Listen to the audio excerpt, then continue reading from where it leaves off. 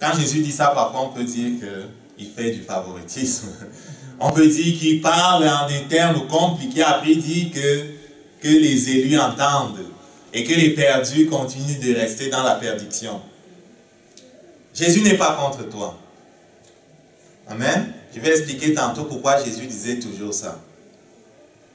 Au verset 10, alors ses disciples s'approchèrent et lui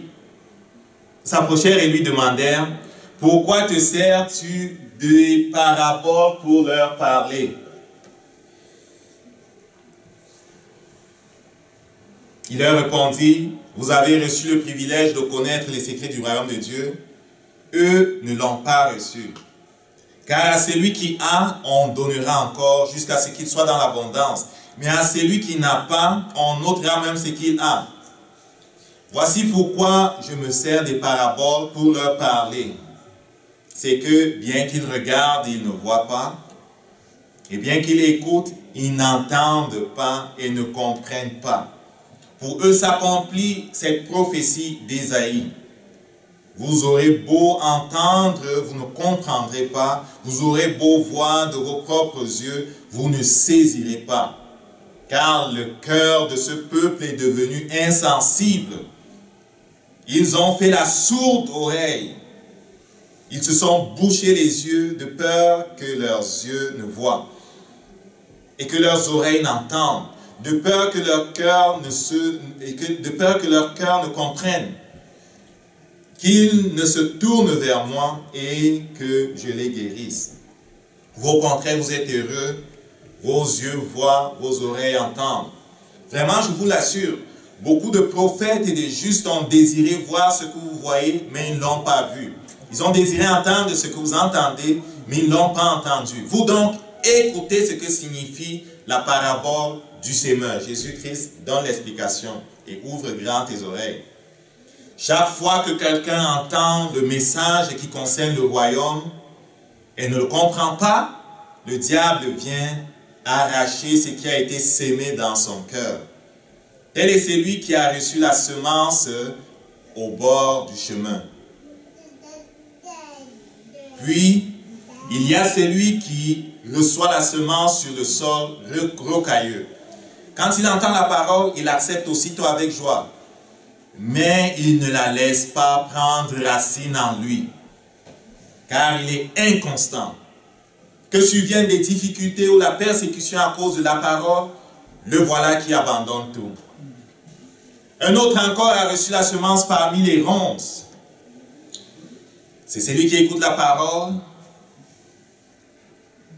mais en qui elle ne porte pas de fruits parce qu'elle est étouffée par les soucis de ce monde, par l'attrait trompeur des richesses.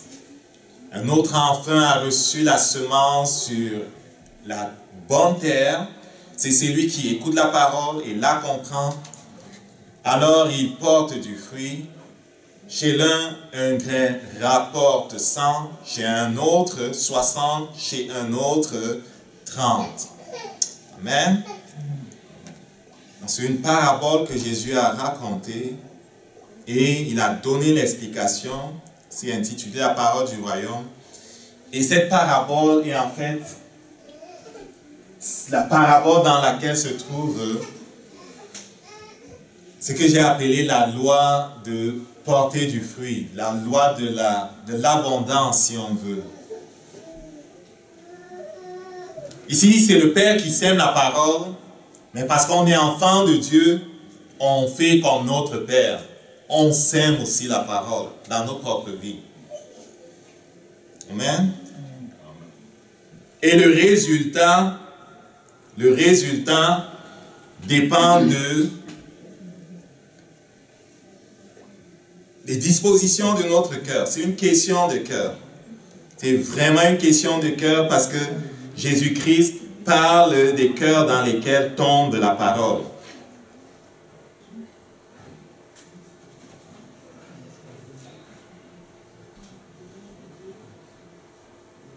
Je vais rapidement le parallèle avec ce qu'on peut vouloir recevoir de la main du Père en ce qui concerne nos vies sentimentales, nos finances, en ce qui concerne nos affaires.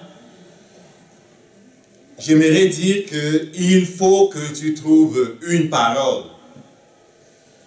Il faut que tu trouves une parole. Je connais quelqu'un, lorsque les gens venaient à lui pour dire, « Je veux que tu pries pour moi à propos de ci et de ça », il leur demandait, « Quel est le verset sur lequel tu te tiens? Quel est le verset sur lequel tu te tiens pour être dans l'attente ferme de cette chose que tu veux voir Dieu faire dans ta vie? Quel est le verset sur lequel tu te tiens? » Pourquoi? Parce que cela commence par une parole.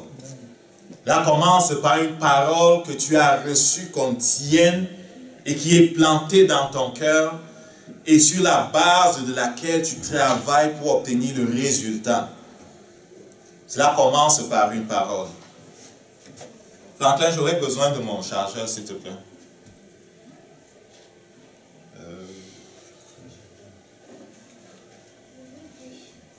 C'est là, c'est là.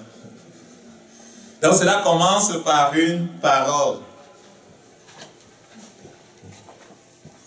Donne-moi la l'annonce. À propos de ta vie sentimentale, est-ce que tu as une parole? La rallonge aussi. Une autre.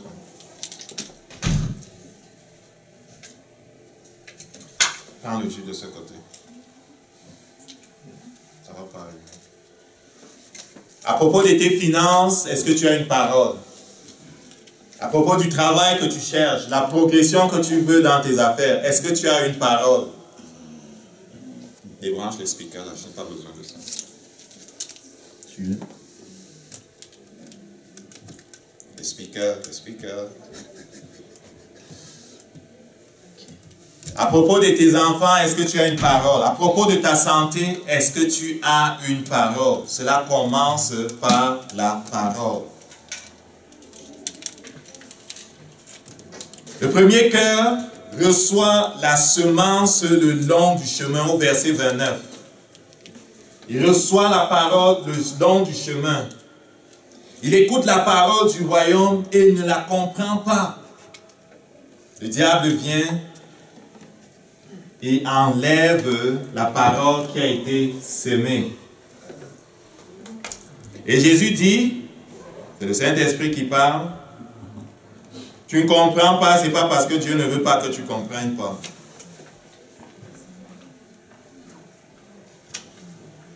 Ceux à qui Jésus parlait ne comprenaient pas parce qu'ils avaient bouché leurs oreilles. Je vais revenir sur ce verset-là.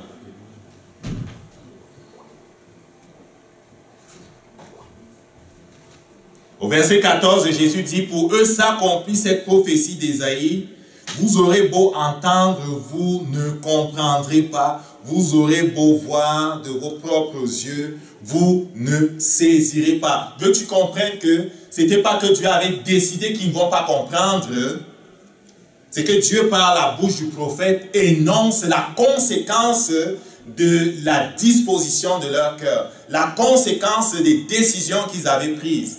Le prophète énonce la conséquence de ce qui va de leur choix. Est-ce qu'on comprend ça? Au verset 14 est énoncé la conséquence de ce qu'ils avaient fait. Qu'est-ce qu'ils avaient fait? Verset 15, voici ce qu'ils avaient fait. Ils étaient devenus insensibles de cœur. Dans la chronologie, le verset 15 vient avant le verset 14. Au verset 14, on énonce la conséquence. Mais qu'est-ce qui a causé le fait qu'ils soient durs à entendre, le fait qu'ils ne soient pas capables de voir? C'est qu'ils avaient décidé, à cause de toute leur façon de faire, leur cœur était devenu insensible. Et ils avaient fermé leurs oreilles pour ne pas entendre. Ils avaient fait la sourde oreille. Ils avaient bouché leurs yeux. Est-ce que vous savez qu'il y a des gens qui se ferment les oreilles? Il y a des gens qui se ferment les yeux. On se tient au métro. Et même pas ce monde. Tu n'as pas besoin d'aller au métro pour voir ça. Il y a des gens qui n'aiment pas te voir. Pourquoi? Parce que quand tu vois, tu es comme un jugement pour eux. Le fait que tu aies en toi la lumière, le fait que tu aies en toi Jésus-Christ dérange les esprits qui les animent. Et certains peuvent changer de chemin pour ne pas te rencontrer. Dans mon parking, parfois je garde mon auto là. Quelqu'un entre avec son auto. Et où nos regards allaient se croiser, il tourne son regard de l'autre côté. Il ne veut pas que je lui dise bonjour avec un sourire. Ça se peut qu'après le bonjour avec un sourire, je commence à leur parler d'autre chose. Donc nos yeux veulent se croiser et détourne son regard. Donc le verset 14, c'est la conséquence du verset 15. Au verset 15, qu'est-ce qu'ils ont fait? Leur cœur était devenu insensible. À cause de quoi? À cause que Dieu parlait, ils n'écoutaient pas. Ils avaient fermé leurs oreilles. Ils avaient bouché leurs yeux. Ils ne voulaient pas voir. Ils avaient peur de voir. Ils avaient fermé leurs yeux. Ils avaient peur d'entendre. Pourquoi? De peur que leur cœur ne comprenne. Les gens aiment leur vie telle qu'elle est. Je me suis rendu compte de ça. Les gens aiment leur vie telle qu'elle est. Ils ne veulent pas la changer. Or, Jésus dit, je vais mettre ta vie à la croix et je vais te donner autre chose. Il dit, quoi? Autre chose? Je suis bien comme ça.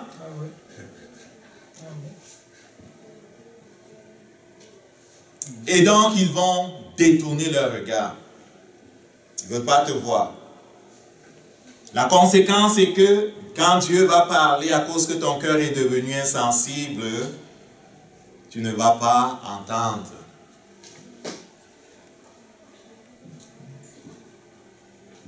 Tu peux dire, je suis chrétien, je n'ai pas détourné ma voix, mes oreilles de Dieu, mes yeux. Attention. Chaque fois que Dieu veut t'amener plus loin et que tu résistes, tu es en train de détourner tes oreilles. Pourquoi? De peur d'entendre. De peur de comprendre, de peur que leur cœur ne comprenne. Il y en a qui ont peur même de s'entretenir avec toi parce qu'ils ont peur d'avoir à reconnaître que ça n'a pas d'allure leur position. Alors ils préfèrent rester dans l'ignorance. Et je prie que tu ne veuilles pas rester dans l'ignorance toi aussi. Dieu n'est pas contre toi, mon ami. Il a créé les mondes et les lois qui les régissent. Il ne va pas les stopper à cause de toi. Si tu t'assures qu'elle travaille pour toi, tu vas connaître le succès. Mais si tu les ignores, surtout celles qui gouvernent ta marche en tant qu'enfant de Dieu, et que tu les violes, ça va mal aller pour toi.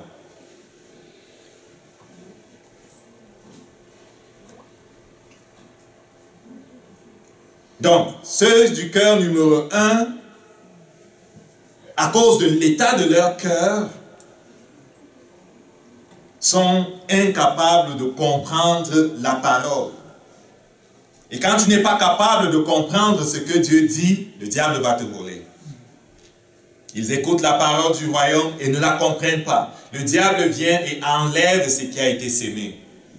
Chaque fois que tu t'assois là, et que tu fermes tes oreilles, j'espère que ce n'est pas le cas, et que tu fermes tes yeux, le diable va voler ce qu'on est en train de te donner.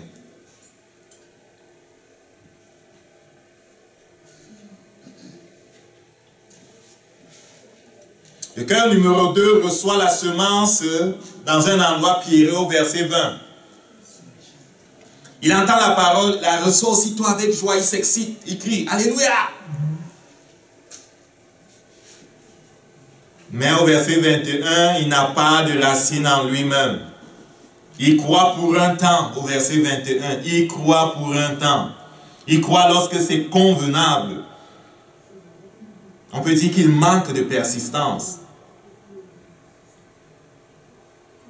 Et le Saint-Esprit dit qu'il trouve une occasion de chute lorsque survient la persécution et la tentation.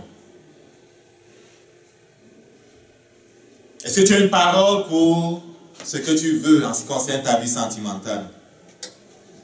C'est quel verset? Est-ce que tu as une parole pour tes finances? C'est quel verset? Il serait même mieux d'avoir deux paroles. Est-ce que tu as une parole pour ta santé? C'est quel verset? Est-ce qu'on comprend ce qu'il dit ce matin? Ces versets-là ont besoin d'entrer dans ton cœur. Ces versets-là ont besoin d'entrer dans ton cœur. Parce que la parole de Dieu dit que l'homme bon tire du bon trésor, tire de bonnes choses, pardon. Je suis en train de maganer le verset. L'homme bon tire de bonnes choses de son bon trésor qui est dans son cœur. Le bon trésor qui est dans ton cœur, là, c'est les paroles de Dieu. Est-ce que tu as une parole pas dans ta tête? Est-ce que tu as une parole pour cette chose que tu désires, pour cette prière que tu fais instamment? Est-ce que tu as une parole sur laquelle tu t'appuies qui est dans ton cœur? Qui est dans ton cœur? Est-ce qu'on connaît la différence entre le cœur et puis la tête? Hein? Est-ce qu'on comprend quand le Saint-Esprit parle de cœur là? Ce n'est pas le cœur physique si, hein? C'est le fond de ton être.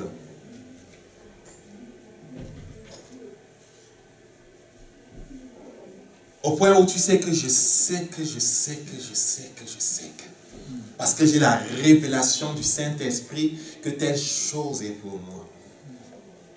Et quand viennent les temps difficiles, tu ne renonces pas à la parole parce qu'elle n'est pas dans ta tête. Si c'est dans ta tête, le raisonnement va faire partir ta foi. Si c'est dans ta tête, le raisonnement va te faire perdre la paix. Si c'est dans ta tête, cela ne va pas résister aux images qu'on va te montrer.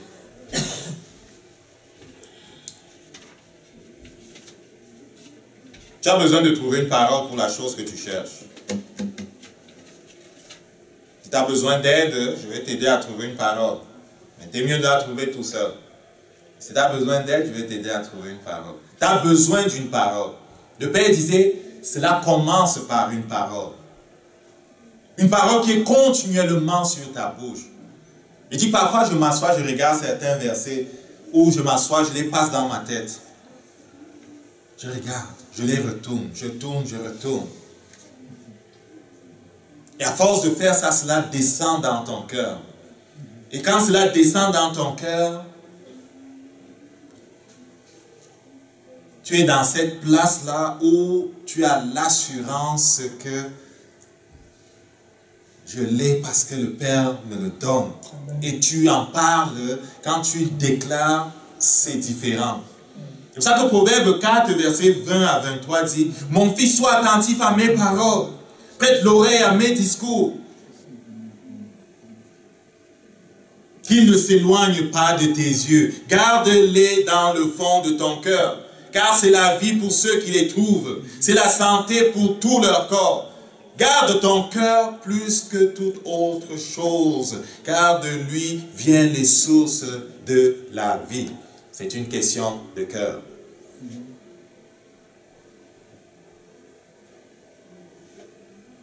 Les lois spirituelles fonctionnent à partir du cœur, le centre de notre être. Le cœur numéro 3 reçoit la parole parmi les épines. Il entend la parole, il la reçoit. Mais en lui, les soucis de ce siècle, la séduction des richesses étouffent la parole et la rendent infructueuse. C'est quoi les soucis de ce siècle? C'est toutes ces choses qui te distraient et t'empêchent de vraiment te focaliser, que ton intérieur soit focalisé sur le Dieu vivant et que tu vives dans la paix qui vient de lui.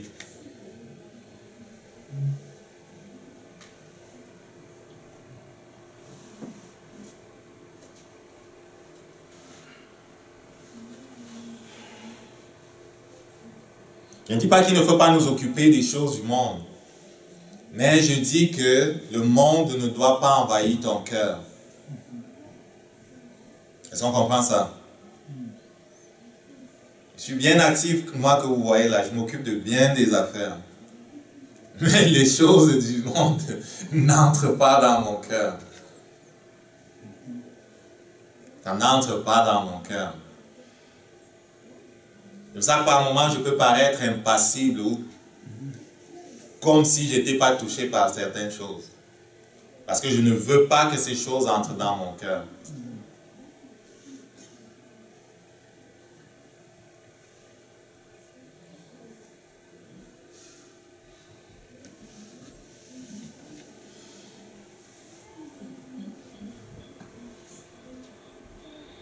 Est-ce que les choses de la vie te troublent? Le manger, le boire, le vêtir et toutes ces affaires-là. Est-ce que cela te préoccupe au point où ça remplit ton cœur? Si c'est le cas, mon ami, tu vas échouer.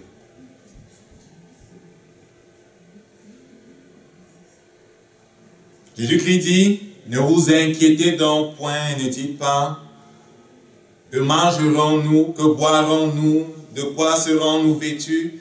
Toutes ces choses, ce sont les païens qui les recherchent. Votre Père Céleste sait que vous en avez besoin. Matthieu 6, versets 31 à 32. On ne dit pas de ne pas s'occuper des affaires du monde, mais on dit, il y a une place pour chaque chose. Ne permets pas à ces choses de remplir ton cœur. C'est le Père qui doit remplir ton cœur. C'est la parole qui doit remplir ton cœur. Parce que ton cœur, c'est comme cet outil à partir duquel tu seras capable de faire fonctionner les lois spirituelles qui vont amener ce que tu veux en manifestation. Et si c'est rempli de toutes sortes de choses, plutôt que la parole, tu auras un problème, ou tu as un problème. Proverbe 4, verset 20 à 23, au verset 23, il dit, garde ton cœur plus que toute autre chose. Garde ton cœur plus que toute autre chose. Pourquoi? Parce que c'est à partir du cœur que on fait fonctionner les choses. Le cœur numéro 4 reçoit la semence dans une bonne terre. Et je prie que ton cœur soit ainsi continuellement. C'est un cœur qui est sensible, verset 15. C'est un cœur qui entend la parole et la comprend, verset 23. Il a de la racine en lui-même. Il croit en tout temps. Qu'il vente ou qu'il neige, il croit. Dieu a dit. J'en ai reçu la révélation. Je ne suis pas né pour un petit pain. Ce n'est qu'une saison, elle va passer. Je vais me remettre debout. Je suis tombé, oui, mais je me relève par la grâce de mon Dieu. Donc, il croit en tout temps. Il ne trouve pas une occasion de chute. C'est quoi? Il ne renonce pas à la parole. Et en lui surtout, il n'y a pas de place pour les soucis ou la séduction de ce siècle, de ce monde. La séduction des richesses, les soucis de ce siècle, il n'y a pas de place pour ça dans son cœur. Est-ce qu'il travaille? Oui, il travaille. Est-ce qu'il a une femme? C'est possible qu'il en ait. Des enfants? Oui. Est-ce qu'il vit dans ce monde comme nous? Oui, oui, oui, oui.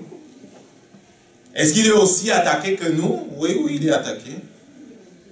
Mais il ne permet pas à son cœur d'être rempli d'autre chose que la parole. Est-ce que tu as une parole? Est-ce que tu as une parole pour ton objectif en ce qui concerne ta vie sentimentale? C'est quoi cette parole? Est-ce que tu as une parole pour ta santé? C'est quoi cette parole? Est-ce que tu as une parole pour tes finances? C'est quoi cette parole? Est-ce que tu as une parole pour tes affaires? C'est quoi cette parole? Pour tes enfants, pour ta famille, c'est quoi cette parole-là? Je t'encouragerais à avoir 2 paroles. Pourquoi? Parce que le Saint-Esprit dit, mon fils, sois attentif à mes paroles.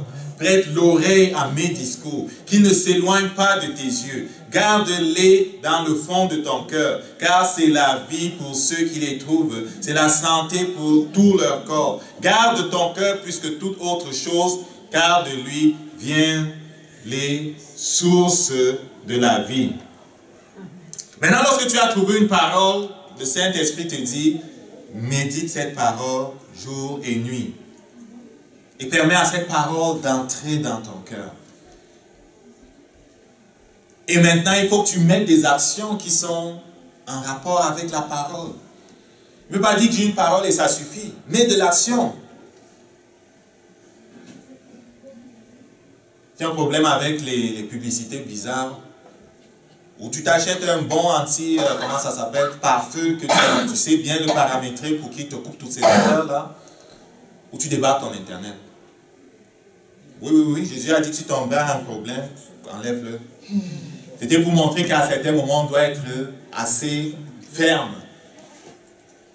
Amen. Si tu as des amis qui sont bizarres, débarque des amis pendant un temps.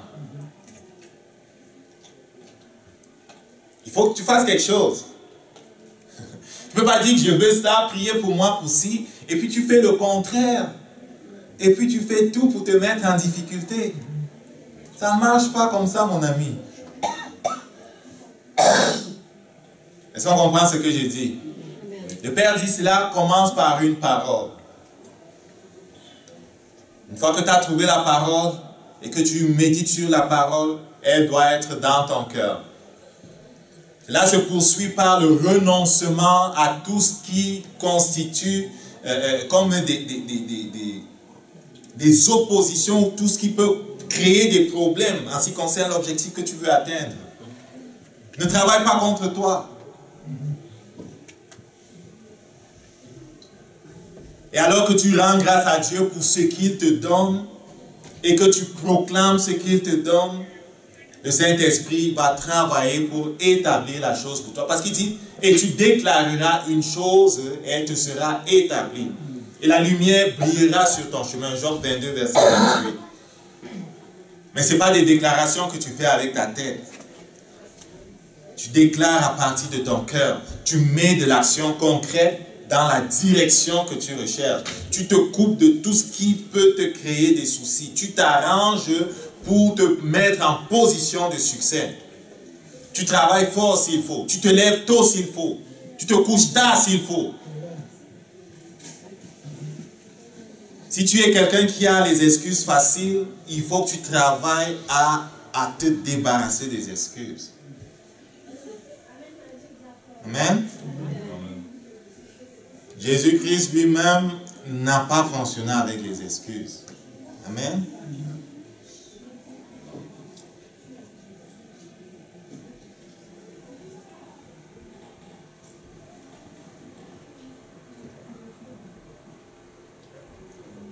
Pour finir, je vais répéter encore, il faut que tu trouves une parole. Le Père dit, ça commence par une parole. Il faut que tu médites la parole. Il faut que tes yeux soient ouverts. Il faut que tes oreilles soient ouvertes. Tu médites la parole et tu te laisses pénétrer par la parole. Qu'elle remplisse ton cœur. Tu la laisses prendre racine en toi. Attends-toi de l'opposition. Attends-toi des adversités. Mais décide dans ton cœur que je crois ce qu'il dit. Je sais qu'il fait ce qu'il dit. Je rends grâce parce qu'il fait ce qu'il dit. Et tu t'en vas dans ce sens-là. Il veut te mettre en garde. Il y aura de l'opposition. Il veut te mettre en garde. Dans le naturel, il y aura des choses qui vont te dire tu es fou de penser et de croire ce que Dieu dit. Mais Dieu dit, si tu ne débarques pas, et si tu mets de l'action concrète derrière la parole, tu vas amener en manifestation des choses dans ta vie sentimentale, dans ton travail, dans tes affaires, dans la vie de tes enfants, tu vas amener en manifestation des choses. Dieu n'est pas contre toi, il y a des lois. Et la loi de la productivité ou la loi de comment porter du fruit, dans n'importe quel domaine de ta vie, c'est s'aimer la parole. dans ton cœur et qu'elle soit sur ta bouche et que tu mettes de l'action et tu t'attendes au Saint-Esprit pour voir les choses se passer. Amen. On va se lever debout. Est-ce qu'on a compris quelque chose là ou bien je vous ai perdu un peu? C'est bon, on a bien compris quelque chose, non? C'est clair. Okay. Seigneur, nous te rendons grâce parce que tu es fidèle et bon. Tu es Dieu au-dessus des cieux. Tu es surtout notre Père. Et tu l'as redit cette semaine, cela commence par une parole. Ta puissance, Seigneur, tu l'as presque emprisonnée dans ta parole. Et sans ta parole, on ne peut pas déplacer les montagnes. Sans ta parole, Seigneur, on ne peut pas amener ce que tu nous montres dans ce monde.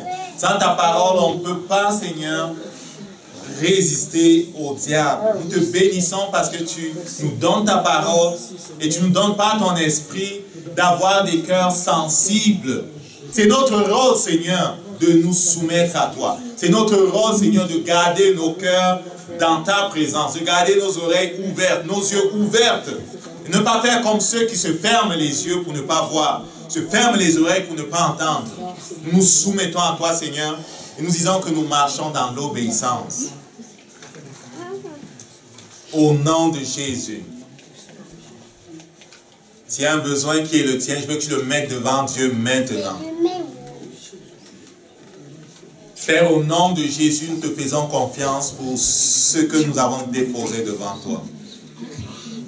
Satan, je te réprime au nom de Jésus. Par la puissance du Saint-Esprit, tu enlèves tes mains de la dimension de la vie de ceux qui sont devant le Père maintenant. La mort n'a pas le dernier mot dans leur vie. Je te réprime. Tu ne stoppes pas leur progression. Leur vie sentimentale est estampée par le Dieu vivant. Leur vie professionnelle est touchée par le Dieu vivant. Leur santé est touchée par la main de Jésus. Leur famille est touchée par la main de Jésus. Tout ce qui est leur est touché par la main de Jésus. Maintenant, Seigneur, nous recevons ce que tu donnes. Et nous te disons merci pour qui tu es, notre source. Au nom de Jésus. Amen.